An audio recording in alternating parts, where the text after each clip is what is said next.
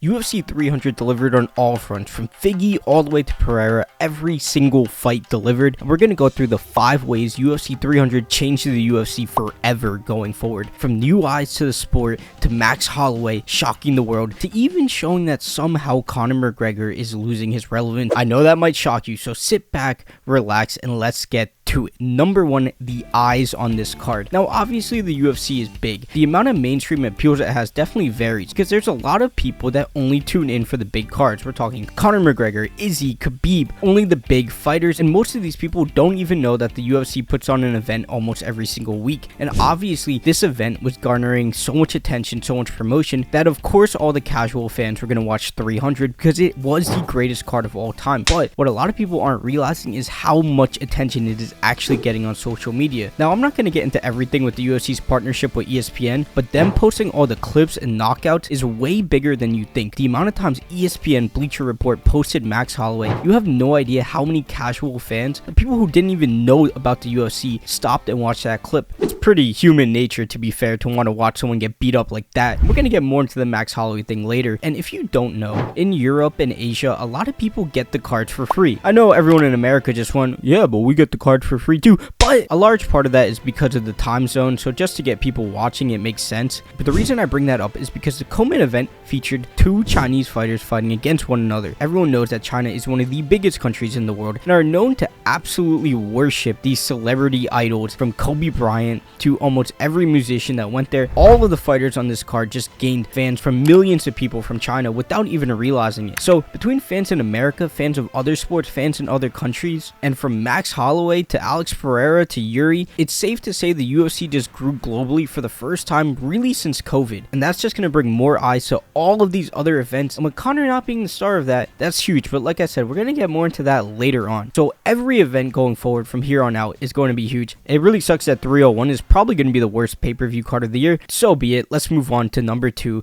And number 2 is the one that I'm sure everyone wants to talk about: Alex Pereira, Max Holloway. So let's start with Alex, because I think Max Holloway somehow, some way stole Alex's shine. But still, Alex Pereira just went from star caliber to superstar. If you want a little bit of contextualization, he just went from Kamaru Usman level to Izzy level. He was already big. You could argue he was already as big as Izzy before. Now with Alex, you can't measure social media as much, because even though he's good on social media, there's a lot of people out there that just know the name Alex Pereira, and Poatan absolutely delivered.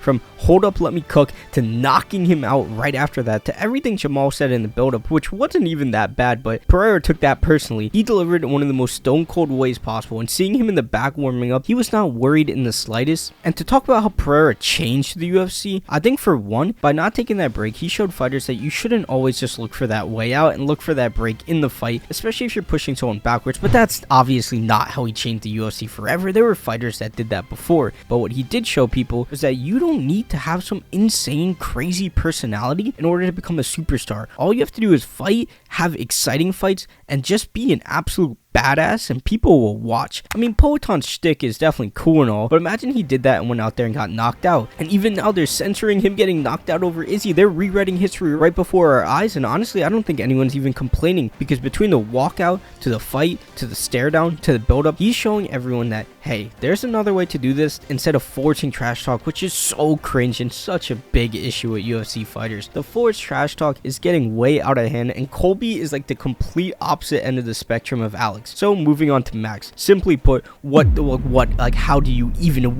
even say? Max Holloway just made the unthinkable thinkable. I can't believe that just happened. I hope every single dominant decision after this just leads to people going in the center and saying, yeah, I beat your ass, but we're gonna figure it out right here, right now, who got that dog in him, because Jesus Christ. I mean, there was no reason for him to do that. He was beating up Justin so bad that entire fight, so clearly up 3-1, and even when he got knocked down, he was doing really well in that round too. His leg was beat up, he was in a position to get knocked out there, and he put his hands down. So Max changing the UFC forever there, I think a lot of people are gonna try and replicate that. One, he got a 600k bonus, so naturally people are gonna want a big bonus for doing that too. And second of all, a lot of people people are saying that is the greatest moment in UFC history. Now, that's probably a bit of recency bias, but if so many people are saying it was the greatest, then I think you could say it was at least top 5, and I think a lot of people are going to want to do that. But the main messaging of these two being that the two of them prove that you don't need to have some brash personality, you don't need to attack people on social media, you just need to go out there and have that dog in you. And third of all, I believe 300 brought attention to the biggest issue I have in MMA, and I know a lot of people have in MMA. That's with the judging of almost submissions. So of course we're going to be talking about Armand Charles here. Now, an almost submission is one of the weirdest things in the UFC, because most of the time when you almost submit someone, you're probably going to end up on bottom, especially in Charles' situation. So the other person is going to get top control and then probably hold you down or beat you up. And in this situation, all that happened to Charles was he got held down. Except here's the issue.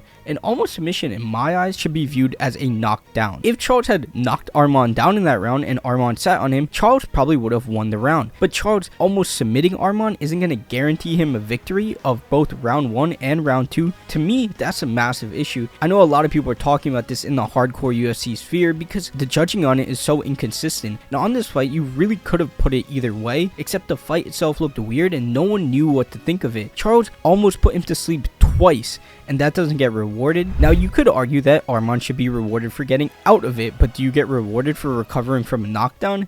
No. So I think with all the hype and the glamour, no one's really talking about this too much yet, but I do think it should be talked about more. Moving on to the fourth way the UFC changed forever, and I don't know if you guys noticed, but the production on this event was another level. From the 360 camera to the better graphics, the better interviews, and even in the build-up, the amount of content they were putting out was ridiculous. And I think we can all agree that that 360 camera needs to be here to stay, because I don't know how many times I've watched the Max Holloway knockout from that angle, and it was absolutely ridiculous. And I think a lot of people now are calling for a ref cam too. Not something they go to often, maybe after the fight, definitely not during the fight, but seeing Mark Goddard yell and scream, imagine if we got Mark Goddard, the ref's angle on the Max Holloway knockout, that would have been absolutely insane. And the UFC in general does a good job of not running too many ads. On fight nights it gets absolutely ridiculous, but during the pay-per-view it really wasn't that bad at all. And I think what's sad is that we know that Joe Rogan, Bruce Buffer, they might not be there for UFC 400. John Anik is probably going to get poached by the NFL by then, but the production of that event was on another tier, and I don't think you appreciate the UFC's level of production until you watch another event. From Bellator to ONE to the PFL, it's an absolute disaster. Jesus Christ, the PFL is terrible. Really, the only people that compete with a UFC level of production is influencer boxing, sadly enough. But seeing the success of all the ways they're changing viewing the fight, it's been pretty dope to see. And I don't know how many people here have actually gone to a UFC event, but pretty much no matter where you're sitting, as long as you're not literally ringside, watching on the TV and the Jumbotron is almost always better 99% of the time. So just to know the importance of the production, it is huge. And even Dana said he was watching the TV broadcast of the event and he was literally sitting ringside. So if that doesn't tell you how much effort they put into it, I don't know what will. And number 5, the UFC not needing Conor McGregor. So obviously,